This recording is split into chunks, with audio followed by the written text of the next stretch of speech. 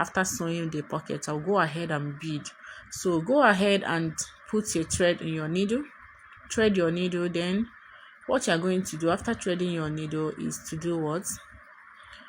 Is to start beading. So from shoulder, you can come down by 1.5. I used about 1.5 inches. Then you start beading.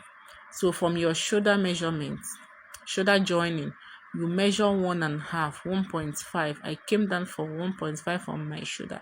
Then that is where I started my beading. Okay, so from the inside, don't let the thread to appear on the outside. So from the inside of the folded end, so here I'm trying to mark where I'm going to stop, where the bead is going to stop. You just have to decide. So after that, I knot my thread.